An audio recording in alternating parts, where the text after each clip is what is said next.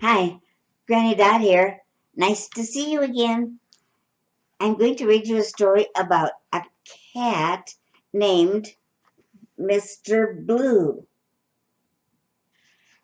It's written by Margaret Embry.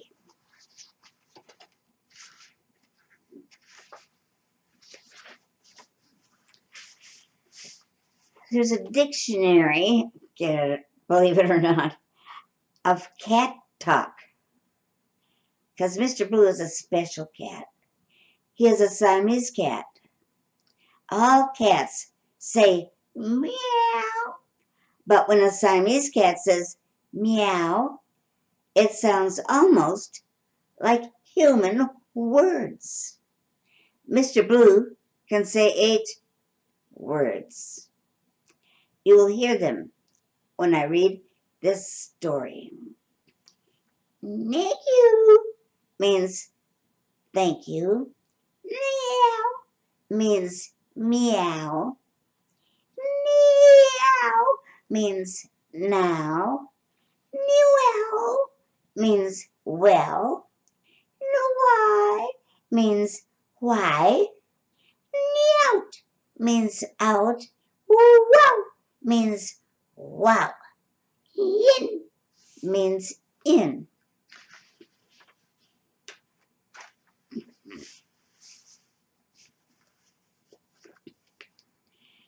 Miss Zorn's third grade was having reading. The mountain lions, the tigers, and the panthers had their chairs arranged in 3 circles around the room. Miss Zorn was helping the tigers because they usually had the most trouble. Of course, those are the names each group of kids had. The panthers were sitting by the long window where the rain was dripping down. Martha was in charge because she was one of the best readers. She called on Tim to read, but all he did was giggle. He was watching a blue cat sitting on the low windowsill outside and making faces.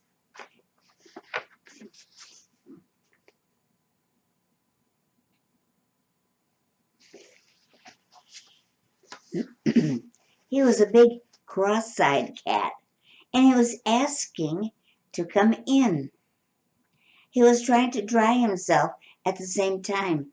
That was impossible because the rain kept coming down and wetting him more.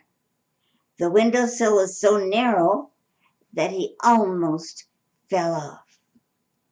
The panthers laughed so hard at the way the big cat balanced wobbly on 3 legs while he stretched the fourth one up like a long turkey drumstick that Miss Zorn came over to see what the trouble was.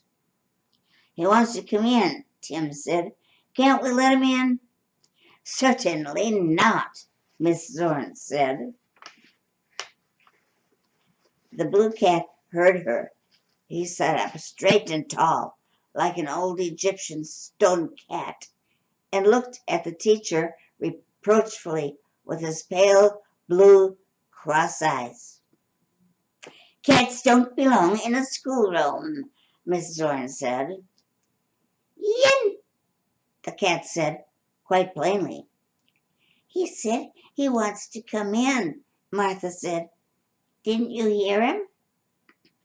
The mountain lions and the tigers crowded around to see what was going on. Get back to your seats, boys and girls, Miss Zorn ordered. But he's all wet, Tim said. Can he come in? Just till he gets dry? Well, said Miss Zorn, just for a few minutes then. She went to the outside door and called, Kitty, kitty, kitty. The cat jumped down from the sill, but he wasn't in any hurry after all. He stood in the door, looking all around, as if he were trying to make up his mind. "Come on, Kitty. You said you wanted to come in." "Well," he said, and then, "meow." He walked in, slowly, with great dignity. He explored the whole room, looked in the closet and in the bookshelves, and at all the children. Then he went to Martha and jumped on her lap. "Ooh, you're all wet, Kitty." She started to push him off. And then she said, "Oh, golly, he's so thin.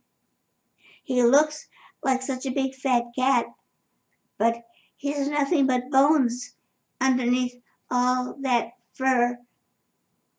The children came to feel the blue cat's ribs, and their teacher didn't tell them to go sit down. "He's starving to death," Tim said. "Couldn't we feed him, please?" begged Martha. Miss Thorne frowned, and then she smiled and said, "Tell you what, Martha, you and Tim go down to the teacher's lounge and see if there's any coffee cream left in the refrigerator." The two raced off, each one trying to be the first one there. They were back in a jiffy. Martha set down the saucer, and Tim poured the cream.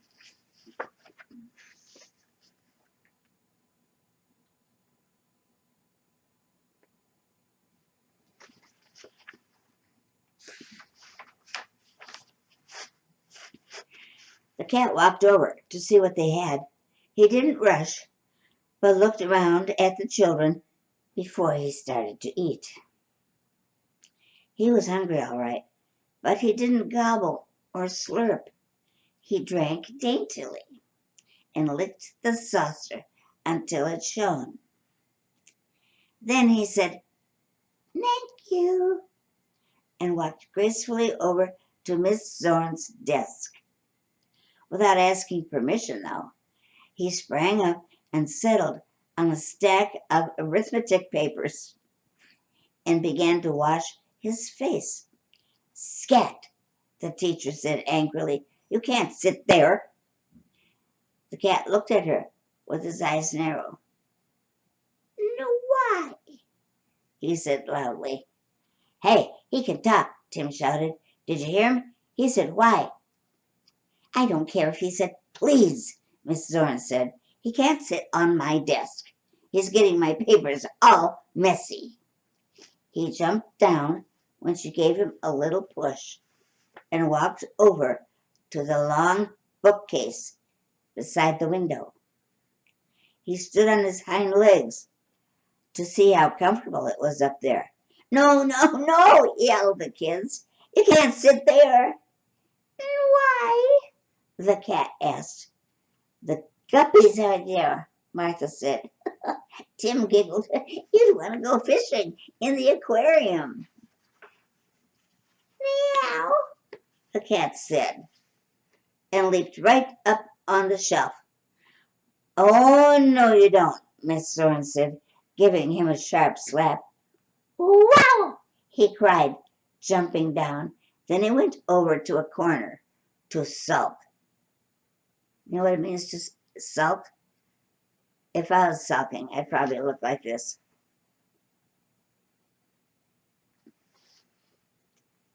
Miss Zorn paid no attention to him. "Take out your arithmetic books, boys and girls." The room was quiet, except for the rustle of paper and an occasional sigh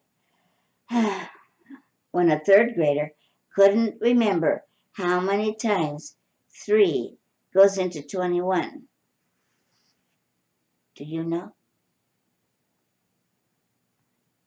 I won't ask you to tell me. Tell your mom. Suddenly, there was a pitiful cry. It seemed to come from inside the closet, and it sounded as though it might be a little child who was dreadfully hurt. Who could that be? Miss Zorn said. The closet door was partly ajar. It's not ajar, though. It's partly open.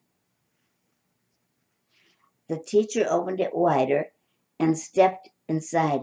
Then, ouch! You bad kitty! The cat ran from the closet, looking for all the world as if he were laughing. What happened? Oh, that cat was hiding there in the dark, and he pounced on me and grabbed me around the ankle. Did he bite? Martha asked anxiously. Miss Zorn inspected her ankle. No, he didn't even scratch. He really didn't hurt me at all. He had his claws sheathed, but he surely startled me. I guess he just wanted to play, Martha said. Tim grinned. He was probably bored, having to sit in the corner while we were all working, and he just wanted to liven things up.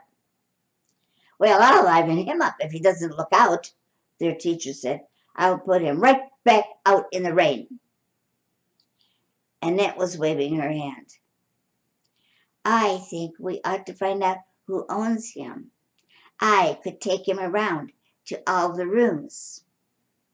No, I should, Tim said. I was the one who saw him first. But I thought of it first, Annette said, tossing her yellow ponytail. Nobody will take him, Miss Zorn decided. It would cause too much disturbance. We'll write a notice instead. What shall we say?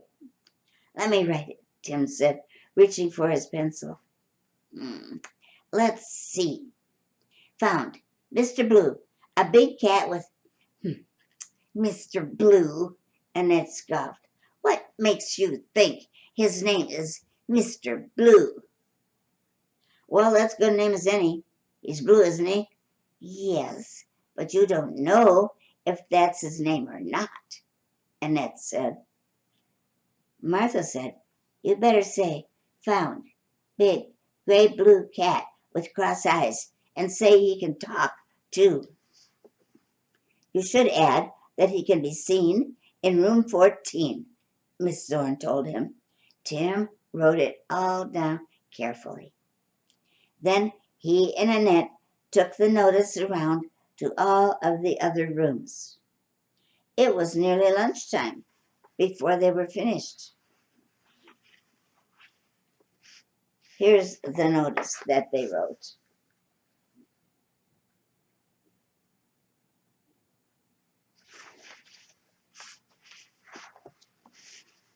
When they got back to their own class, there was a crowd of children looking at Mr. Blue. He was sitting on the dictionary table, just like a king, with his court around him. A little kindergartner said she thought she knew where he lived. He was too heavy for her to carry, so Tim and Bruce went with her to help. They came back after lunch, still lugging the cat. He didn't belong there, Tim said, dumping him down in the middle of the floor. Their cat is gray and white.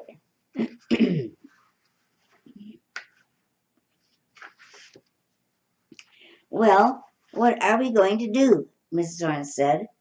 He can't stay here in the school and scare me half to death every time I go into the closet. Why? Mr. Blue asked. Just because, that's why, Miss Zorn said. School is really no place for a cat. But she let him stay anyway. He curled up neatly on the dictionary table and was no trouble the rest of that day. The next morning, Martha came to school early. She ran down the long flight of steps leading from the parking lot. Mr. Blue walked across the playground to meet her. He was all warm from sitting in the sun, and he felt soft and furry when he rubbed against her legs. Martha pulled a can of sardines out of her jacket pocket. She opened it with the little key on the top and set it down in front of him. "Hey, what have you got there?" That was Tim with some other kids. "Just some breakfast for Mr. Blue," Martha answered. "He sure does like it," Bruce said. They watched Mr. Blue lick the can shiny clean, and then he looked up and said something that sounded very much like, "Any more?" "I'll bring you another can tomorrow," Martha promised, "if my mother will let me." Annette said, "My mother will let me. I'll bring him a whole can of cat food. I can get some meat scraps from the store. The butcher knows me, and he always saves me bones for my dog," Tim said. Miss Zorn was coming down the steps. "It won't be hard to feed him if we each take turns," Martha said. "Miss Zorn, can't we keep him for our room pet?" "Oh, yes," Jean said, jumping up and down. "It would be so much fun. Please." "We used to have a guinea pig in first grade," Tim said. "He wouldn't be much trouble," Bruce said. "We could all take care of him." Their teacher said that first they must do everything they could to find his owners. "I've asked everyone I know, and he doesn't seem to belong anywhere," Tim said. Martha said, "I'll bet he belonged to a family that moved away and forgot him." "That could be so," Miss Zorn said. "Then you boys and girls had better start asking your parents to see if you can find a new home for him." Annette flipped her yellow ponytail excitedly. "I can have him. I know my mother will let me. She says pets are educational." "If Annette can't have him, maybe I can," Jean said. "I already have a parakeet, but I'd much rather have a cat." "I'm sure one of you can find a home for him," Miss Zorn said. "Will you be sure to ask at noon?"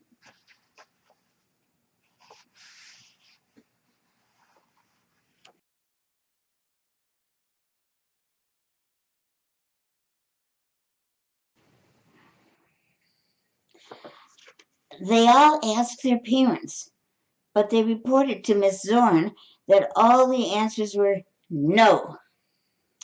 Martha's baby sister was allergic to cats, and Tim already had a dog. Jean's mother said the cat would probably kill the parakeet. Bruce's grandma was afraid of cats. Annette said her father had promised to buy her a pedigreed poodle for her birthday. And anyone knows that poodles are much smarter than cats. That's what Annette said. "Oh, I don't know," Tim said. "I don't think an old poodle could talk like Mr. Blue can." Annette tossed her head. "But a poodle can learn tricks, and you could take a poodle walking on a leash." "Why?" asked Mr. Blue. The children all howled with laughter, and Tim said, "He says, why? Who wants to go for a walk on a leash anyway?" "Oh," said Annette, "you wouldn't understand." Miss Zorn told them to stop their arguing, and they thought she was going to tell them to take out their arithmetic books, as she always did when things got noisy.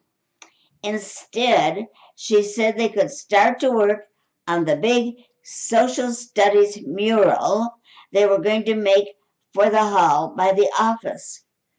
I'm sure you all know what a mural is. It's a big painting on a wall.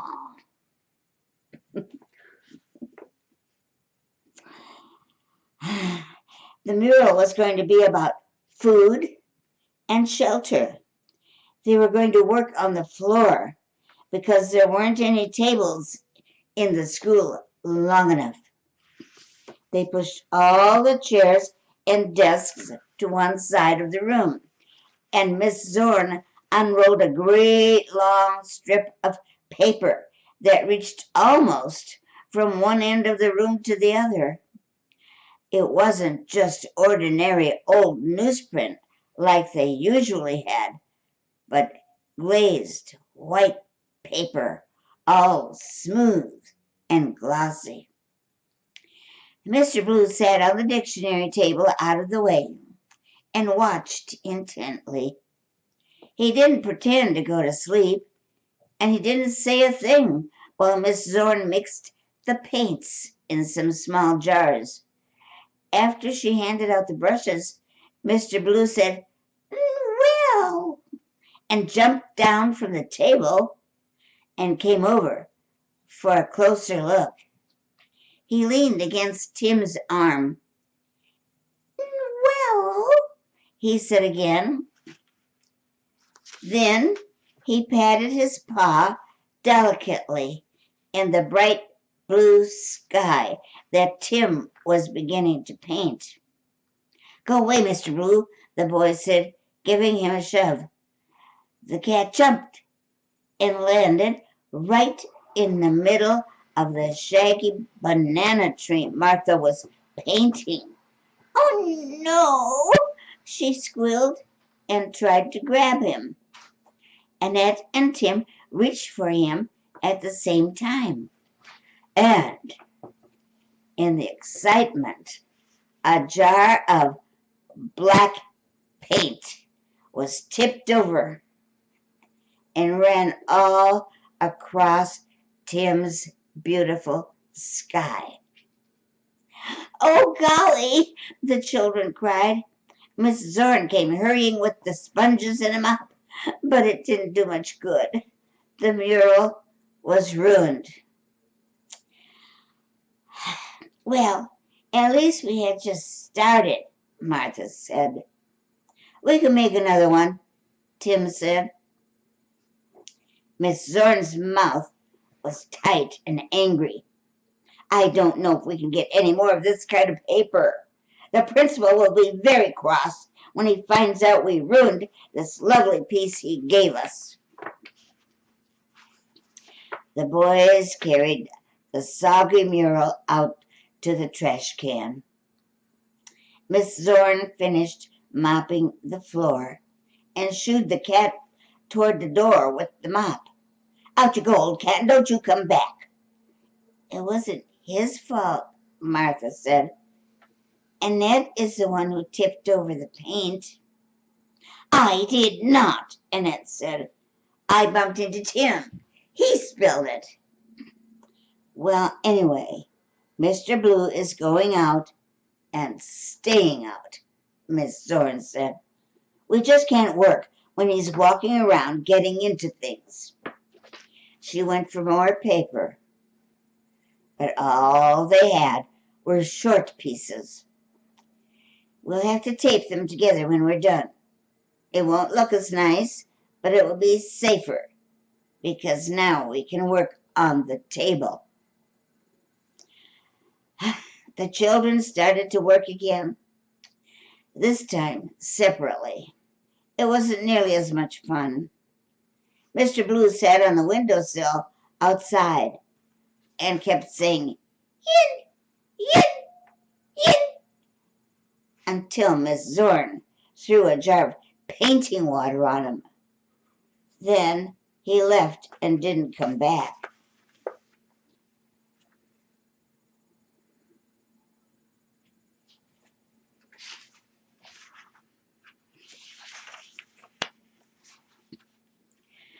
Mr. Blue wasn't there when the children came to school the next morning. Miss Zorn stood by the window.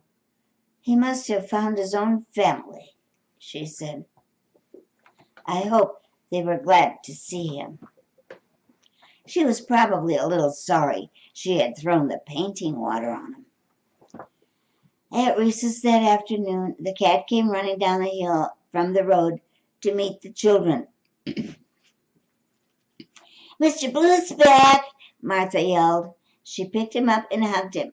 He seemed very glad to see her and lay all soft in her arms like a big stuffed toy cat. "Look what I have for you, Mr. Blue," Tim said. He pulled a brown paper packet out of his pocket. The paper was damp and stained. "Look, liver."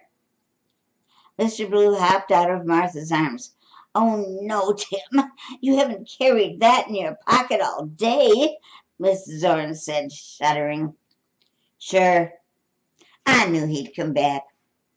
The big cat ate the liver eagerly and said he'd like a little more. "Sorry," Tim said. "I'll bring you some more tomorrow." "No, tomorrow's my turn," Annette said. "I haven't had a turn to feed him yet." "I want it tomorrow," Bruce said. "My dad and I might go fishing tonight, and I'll save the fish heads to give him." "My mother said I could bring something for him," Jean said. "She said I could tomorrow." All the children were talking at once, and then the bell rang, so they never really decided which one of them was going to bring Mr. Blue his food the next day. As it happened, none of them did, and he went hungry. There was a special movie in the auditorium that morning. They all went to it and forgot and left the cat asleep on the dictionary table. When they came back, all excited and talking about the movie, Mr. Blue was at the door waiting. "Meowt," he said politely. "Oh, well," Miss Thorne said, "you are a well-behaved fellow today." She opened the door for him. "Ain't we glad we have him?" Martha said. Miss Zorn didn't say yes, but she didn't say no either. She just smiled and told them to get out their pencils and paper. They were to write a paragraph about the movie they had just seen. Tim had to sharpen his pencil, as he always did when there was any writing to be done. While he was doing it, he leaned over and looked into the aquarium. "Hey, Miss Zorn, the guppies, they're all gone."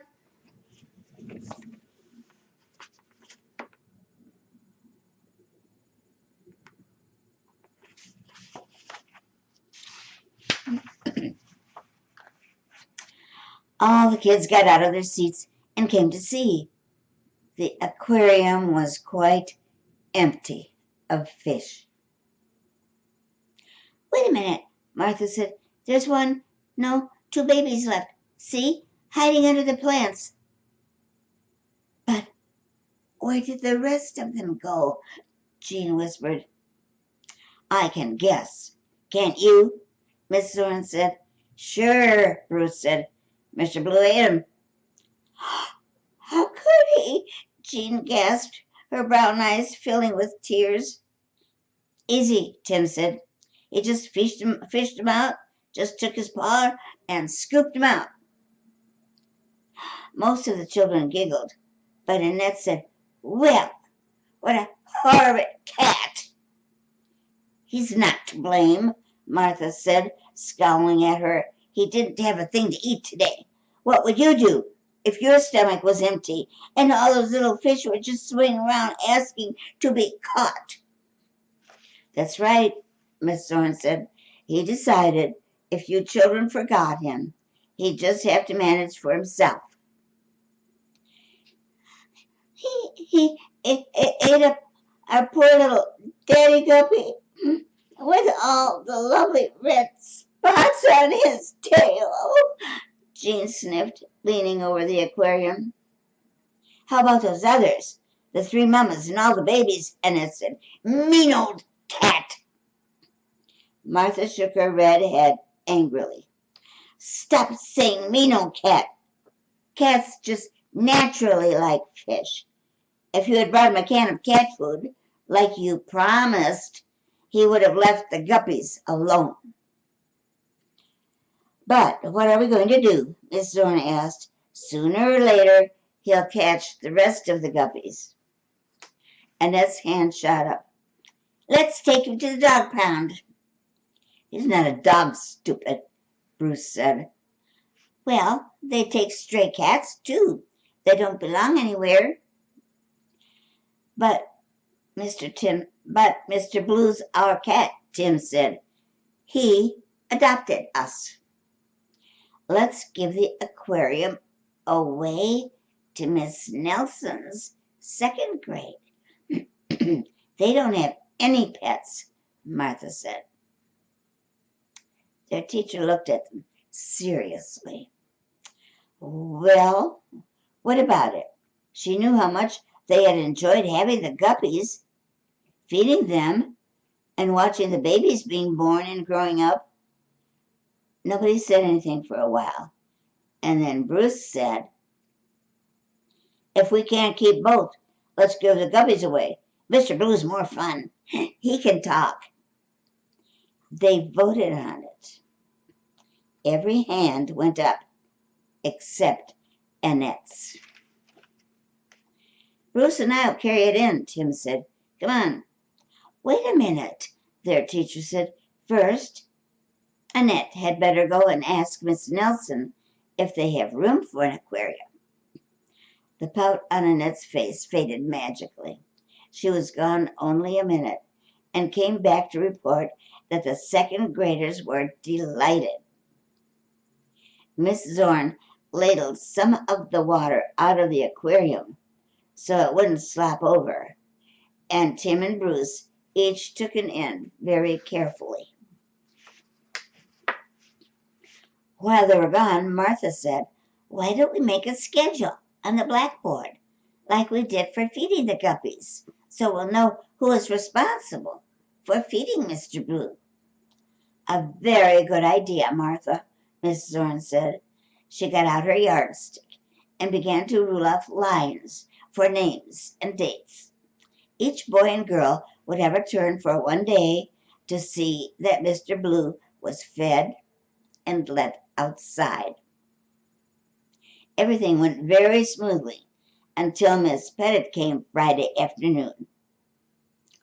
She was the music teacher. She came once a week with her wide, happy smile and her little pitch pipe. She knew lots of songs, but most of them sounded like kindergarten baby tunes. Miss Zorn always went to the teacher's lounge when it was time for music. She said she needed a little change. Here's Miss Pettit.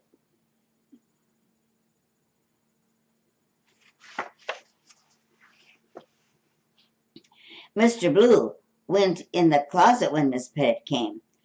He didn't say a word, and they all hoped he had gone to sleep.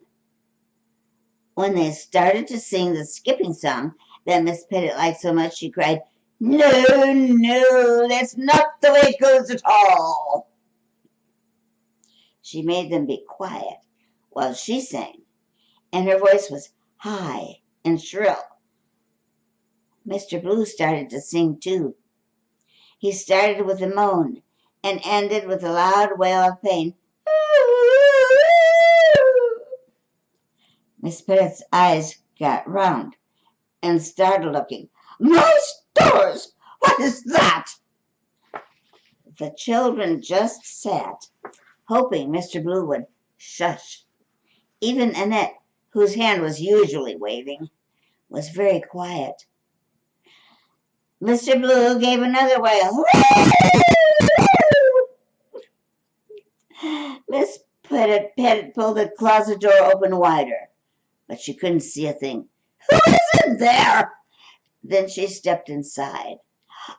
The kids were holding themselves tight to keep the laughter from coming out. They knew what would happen, and it did. Mr. Blue grabbed Miss Pettit playfully around the ankle. She shrieked and kicked him with her other foot as she tried to shake him loose. He kicked with his hind feet like a rabbit and hung on stubbornly with teeth and claws. When he finally let go, there was blood on her leg, and She was crying.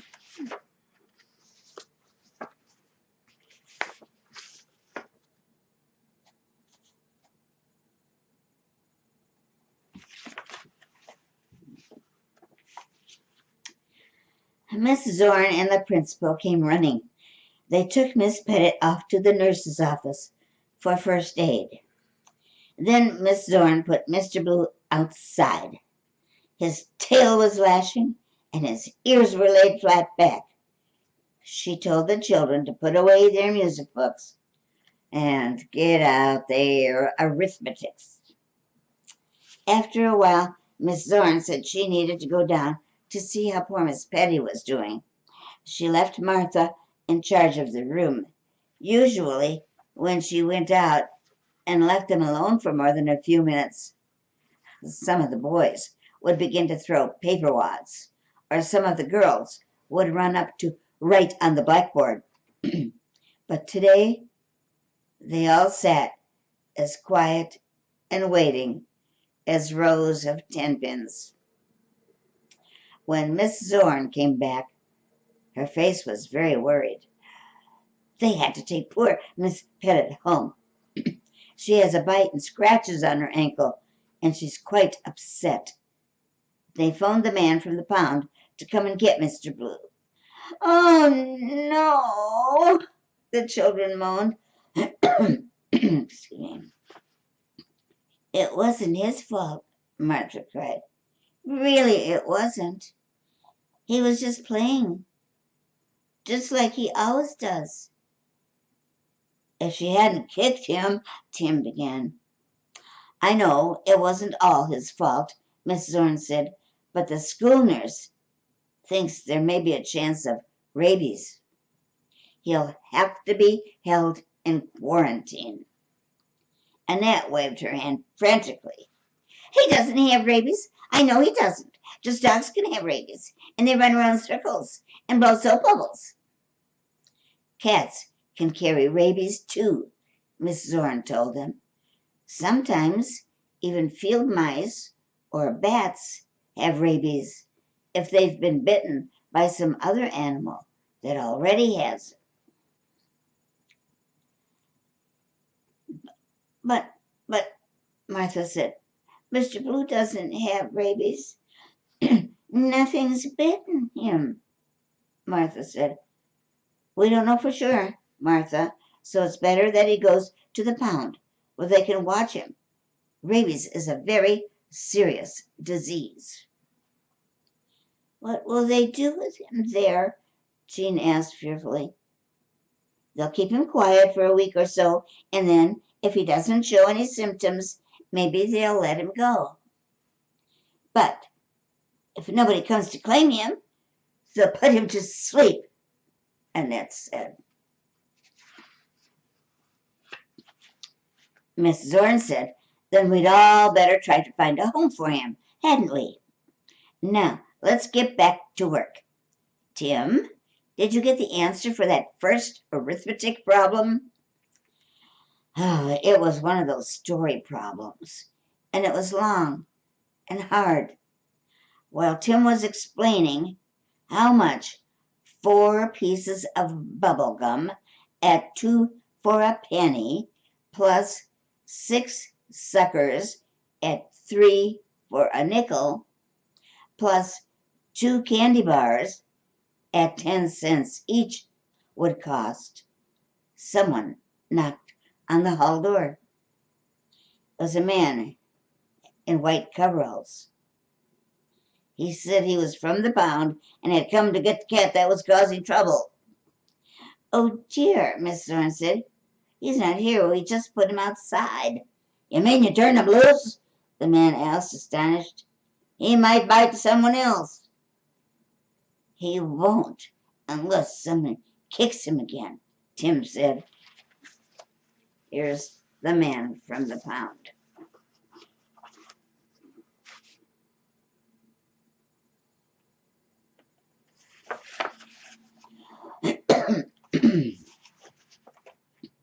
"I'm sure he doesn't have rabies," Mrs. Zorn said. "He just got upset, and I thought it was better that he be put outside. Well, somebody better find him quick, the man said, and Annette's hand was up like a flash. I will. Let me go. Tim and Martha had better go look, Miss Zorn decided. He's most likely to come to them. The two children walked all around the school, across the playground, and up the steps to the parking lot, calling, Kitty, Kitty, Kitty, but they couldn't find him anywhere. You know what, Tim? Martha said. I hope we can't find him. Me too, Tim said, and he began calling more and more softly, Kitty, Kitty, Kitty. Then suddenly something grabbed him around the ankle.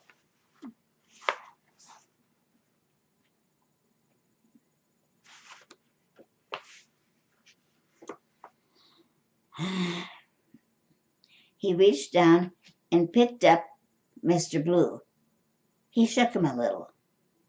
Why did you do that, you crazy old cat? Don't you know there's a price on your head? Why didn't you go into hiding? We have to take him back, Martha said. The pound man is waiting for him. I don't care, Tim said, setting him down. Go away, Mr. Blue. Scat. But Mr. Blue stood there, staring up at the children with his puzzled cross eyes, and wouldn't move. Then they heard Miss Zorn calling them, and saw the pound man coming to meet them. Here now, I'll take that fella, the man said, reaching for Mr. Blue. Mr. Blue didn't like the looks of the pound man. He didn't like the smell of his coveralls, which probably had dog all over them. He laid back his ears and growled. Maybe you'd better let me take him for you, Martha said. She carried him over to the white pound truck. Mr. Blue kept his paws tight around Martha's neck and looked sadly over her shoulder at Tim. The man opened a cage in the back of the truck. There's Mr. Blue and the pound man.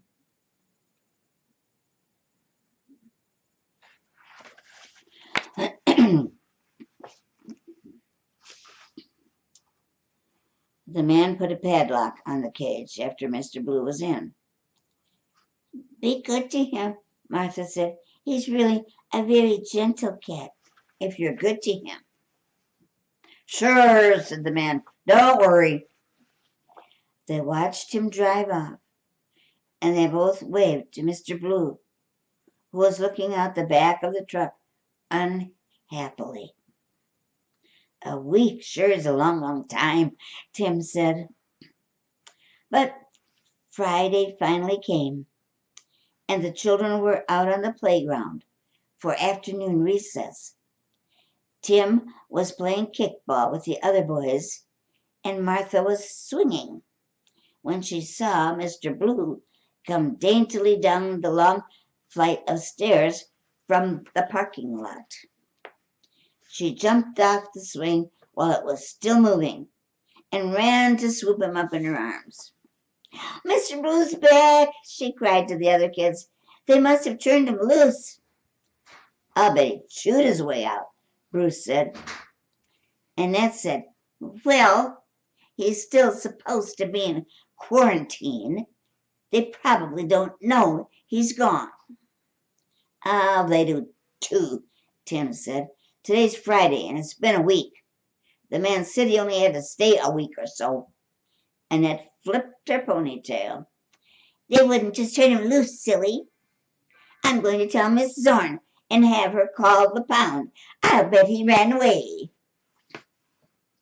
Old tattletale, Tim shouted at her back as she flounced into the schoolroom. But Annette was right. In a few minutes, Miss Zorn came out to tell them that Mr. Blue had escaped while they were cleaning the cages, and the pound man would be right over to see about him. Tim, you and Martha stay out here and watch Mr. Blue. until the pound man gets here. It's time for the rest of you boys and girls to come inside. Ah, can't we stay just till the man gets here? Bruce begged. Please, can't we, Miss Zorn? Recess is over, Miss Zorn said. Inside, all of you. It's almost time for Miss Pettit to come. The other children went in with their teacher. Martha sat in the swing, holding Mr. Blue on her lap. Tim stood beside her, petting him. You sure made a good try, Tim said, rubbing the big cat's ears. And you knew just where to come, too.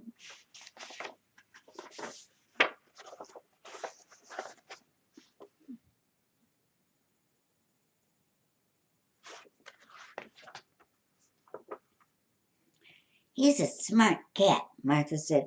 He knows where his home is. If it weren't for that old Miss Pettit, we could keep him, Tim said. Mr. Blue purred loudly and twisted his head so Tim could scratch under his chin. Here comes Miss Pettit now, Martha said. They watched the music teacher park her little black car in the lot above them. She climbed out, banged the door, and started down the steps, swinging her little music case. She doesn't look very hurt, Tim said. I can't see even one little old scratch. Miss Pettit's wide, happy smile faded when she saw Mr. Blue. What are you children doing with that dreadful animal? We're taking care of him for Miss Zorn, Tim said. Well, he's supposed to be in the dog pound. He's dangerous to have around, said Miss Pettit. He's not dangerous at all, Martha said. He's a very loving cat. Loving? Miss Pettit said. My stars, child. Did you see how he attacked me? He didn't mean to hurt you, honest, Martha said. He was just playing a little. Sure, Tim said. He grabs me around the ankle all the time, don't you, Mr. Blue?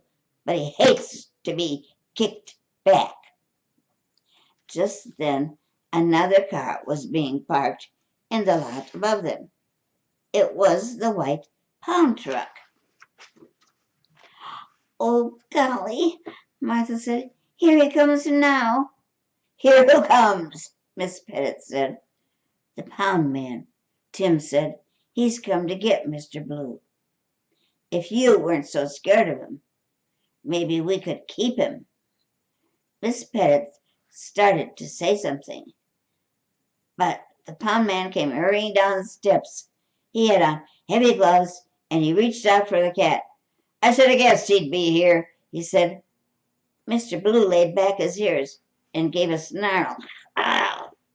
He leaped right out of Martha's arms and landed on Miss Pettit, who dropped her music case in surprise.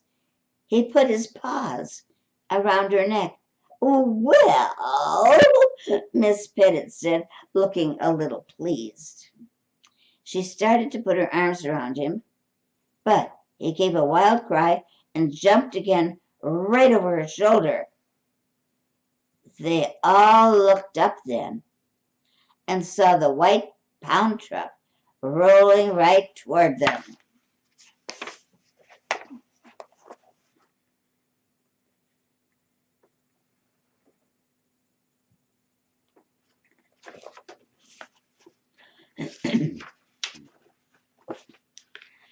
For a minute, they couldn't seem to move until Mr. Blue gave another wild cry. Run, yelled the pound man. Miss Pettit pushed Tim and Martha out of the way and fell on top of them. The man tried to grab for the truck to stop it, but it was going too fast. It bumped past them and knocked the swings over. Then it crashed right into the wall of the school. Mr. Blue, Tim yelled. What happened to Mr. Blue? He and Martha scrambled to their feet and started to run up the hill. They could hear people coming out of the school, shouting and asking what had happened. They could hear Miss Zorn calling their names, but they had to find Mr. Blue. They ran through the parking lot, up the road to the highway, and there he was, on the other side, sitting down, calmly washing his face.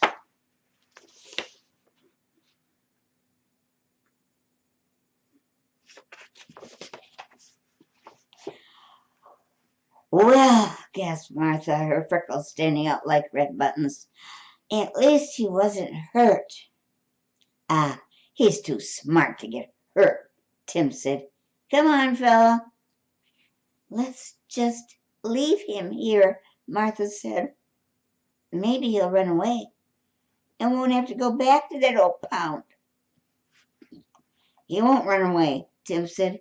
He belongs to us. They'll have to let us keep him now because he saved our lives. If he hadn't yelled, we might never have seen that old truck in time.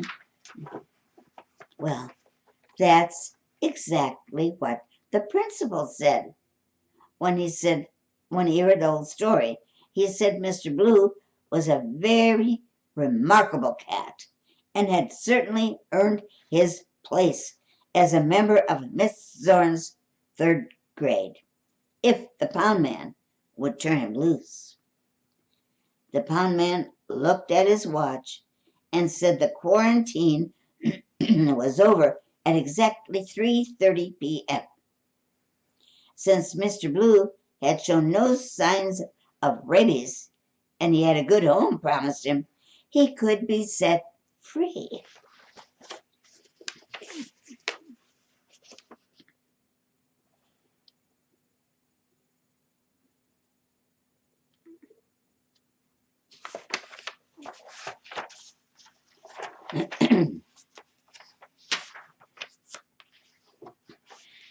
Miss Zorn said, but what about Miss Pettit and the Friday music hour? Miss Pettit reached out and patted Mr. Blue's head gingerly. Oh, I think we will manage. He can sing right along with us. He has a most interesting voice. Mr. Blue, lying back in Martha's arms like a floppy old stuffed cat, smiled. Thank you, he said quite plainly.